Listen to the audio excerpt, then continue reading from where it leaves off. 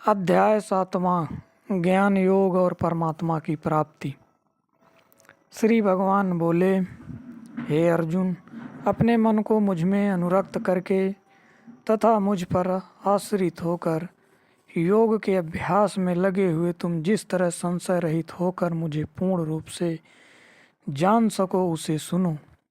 पिछले अध्याय के अंत में यह बतलाया गया था कि जो अपने अंतर में पूर्ण विश्वास के साथ परमात्मा में स्थिर रहता है वही श्रेष्ठ योगी है। इस अध्याय में श्री कृष्ण परमात्मा के स्वरूप के बारे में समझाते हैं जो उस योगी की निश्चल भक्ति का लक्ष्य होता है। उस एक से अनेक विनाशशील वस्तुओं के उत्पन्न होने की प्रक्रिया जानने को विज्ञान कहा गया है। हमें परमात्मा और उसके अलग अलग रूपों की उत्पत्ति दोनों के विषय में जानना चाहिए। हजारों मनुष्यों में कोई एक परमात्मा रूपी सिद्धि को प्राप्त करके या प्राप्त करने के लिए प्रयत्न करता है और उन प्रयत्नशील साधकों में से भी कोई विरला ही तत्तत्व अर्थात यथार्थ रूप में मुझे जान पाता है। धरती, पानी, अग्नि, वायु, आकाश, मन, बुद्धि और अहंकार, यह मेरी 8 भागों में विभाजित प्रकृति है। हे अर्जुन, यह मेरी अपरा जड़ प्रकृति है, इसे समझ लो। इसके अतिरिक्त मेरी जीव रूपा परा यानी चेतना प्रकृति को जानो, जिससे यह संपूर्ण जगत धारण किया जाता है। ऐसा समझ लो कि संपूर्ण भूत जीव इन दोनों प्रकृतियों से ही उत्पन्न होते हैं। मैं संपूर्ण जगत का उद्गम तथा प्रलय हूँ। गीता में प्रकृति के 8 भागों का वर्णन है। शुरू का वर्गीकरण सरल है, बाद में सांख्य दर्शन में विस्तार पूर्वक इसके 24 भेद बताए गए हैं। गीता में इस विस्तृत विभाजन की जानकारी है जिसके बारे में गीता अध्याय 13:5 में संकेत मिलता है। गीता में बताए गए 8 भेदों को सांख्य दर्शन में 24 भागों में इस प्रकार बांटा गया है। प्रकृति और पुरुष आत्मा, जिसे गीता में परमात्मा की निम्न और उच्च प्रकृति माना गया है, सांख्य दर्शन में उन्हें 2 अलग अलग स्वतंत्र पदार्थ माना गया है। गीता में प्रकृति के निम्नलिखित 8 भेद माने गए हैं: धरती, जल, अग्नि, वायु, आकाश, मन, बुद्धि और अहंकार। सांख्य दर्शन में पहले 5 तत्वों को 2-2 भागों में बांटा गया है। 5 की 5 तंत्रात्माएं और उनके 5 स्थूल रूप। इस तरह गीता में कहे गए 5 तत्वों के सांख्य दर्शन में 10 रूप हो जाते हैं। इसी तरह से गीता में एक मन का वर्णन है। सांख्य दर्शन में इसके अतिरिक्त 5 ज्ञान इंद्रियां और 5 कर्म इंद्रियां शामिल हो जाती हैं जिनका संचालन मन करता है। इस तरह से गीता में कहे गए एक मन को सांख्य में 11 रूपों में गिना जाता है। इस तरह प्रकृति के मुख्य भेदों को जोड़ने पर 10, 11 यानी 21 हो जाते हैं। और फिर गीता में कहे गए बुद्धि तथा अहंकार नामक 2 भेदों को जोड़ देने पर सांख्य दर्शन में प्रकृति के 23 भेद हो जाते हैं, जिसमें मूल प्रकृति को जोड़ देने से प्रकृति 24 भेदों वाली बन जाती है। सांख्य में पुरुष और प्रकृति दोनों को स्वतंत्र स्वरूप दिए गए हैं, जिस कारण इन दोनों में कभी न भरी जा सकने वाली खाई पैदा हो गई है और सांख्य दर्शन द्वैतवाद का रूप ले लेता है। गीता में इन दोनों को एक ही परमात्मा का परा और अपरा रूप कलाकार बतलाकर द्वैत की समस्या को सुलझा लिया गया है। वास्तव में गीता में कही गई सांख्य शब्दों को बाद में प्रचलित नास्तिक सांख्य दर्शन के रूप में नहीं लिया गया। गीता में सांख्य का अर्थ त्याग का मार्ग है, जो गीता के कर्म योग अर्थात अनासक्त कर्म मार्ग से अलग है। हे अर्जुन, मुझ में श्रेष्ठ कोई दूसरा नहीं है। यह संपूर्ण जगत सूत्र में मड़ियों के समान मुझ में ही गुथा हुआ है। हे अर्जुन, जल में मैं रस हूँ, चंद्रमा और सूर्य में मैं प्रकाश हूँ, सभी वेदों में प्रणव यानी निर्मल नाद हूँ, आकाश में शब्द यानी ध्वनि और पुरुषों में पुरुषत्व हूँ, पृथ्वी में पवित्र सुगंध और अग्नि में तेज हूँ, सभी प्राणियों में मैं उनका जीवन हूँ और तपस्वियों में तप मैं हूँ। हे अर्जुन, समस्त जीवों का सनातन बीज मुझे ही समझो। मैं बुद्धिमानों की बुद्धि तथा तेजस्वियों का तेज हूँ।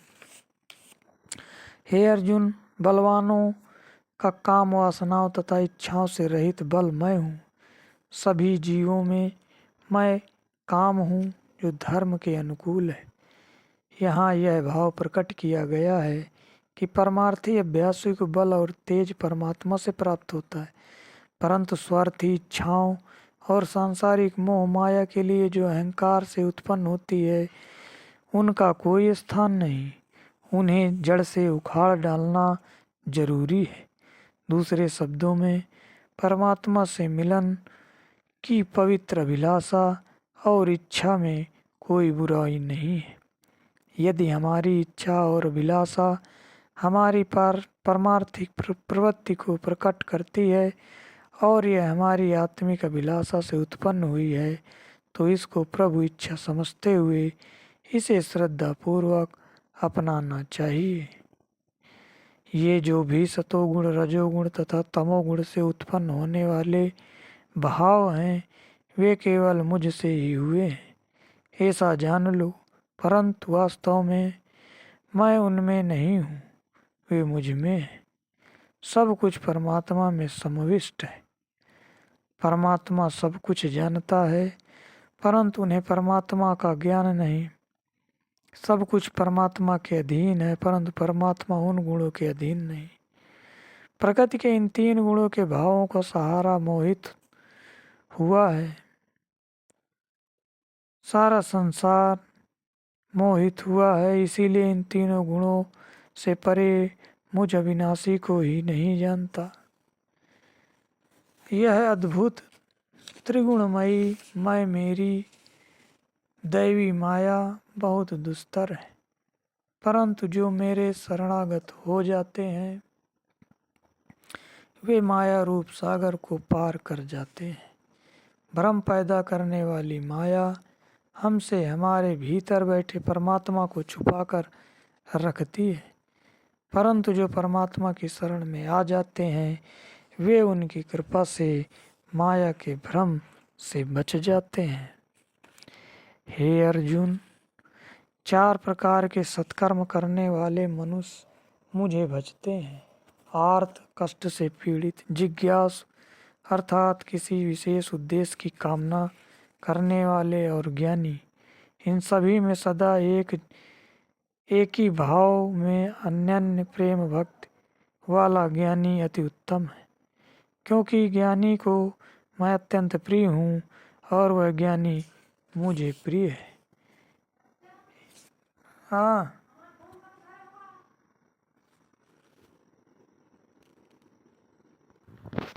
सांसारिक इच्छाओं से भ्रमित साधारण लोग परमात्मा की खोज नहीं करते, जो कि समस्त ज्ञान, शांति और आनंद का स्रोत है।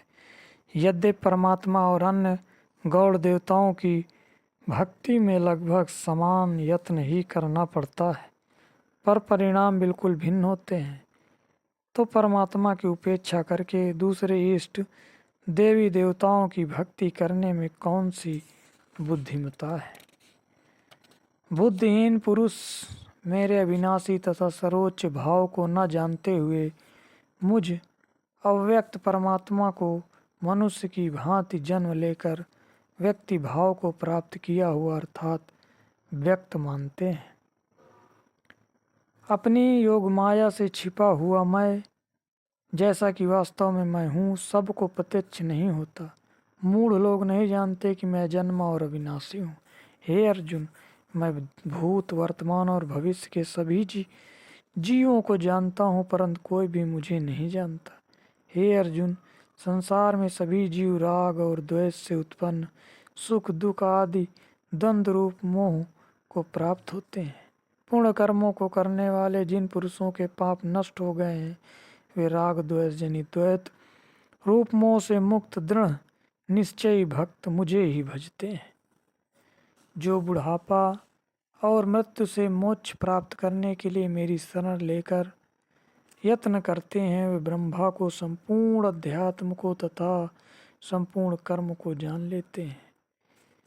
जो साधक सारी उम्र विभिन्न रूपों में परमात्मा की पहचान करने का अभ्यास करते रहते हैं, उनके हृदय में अंत समय में भी परमात्मा की याद बनी रहती है और मृत्यु जैसी दुखदाई घड़ी में भी परमात्मा के नाम की याद उन्हें परमात्मा से मिला देती है।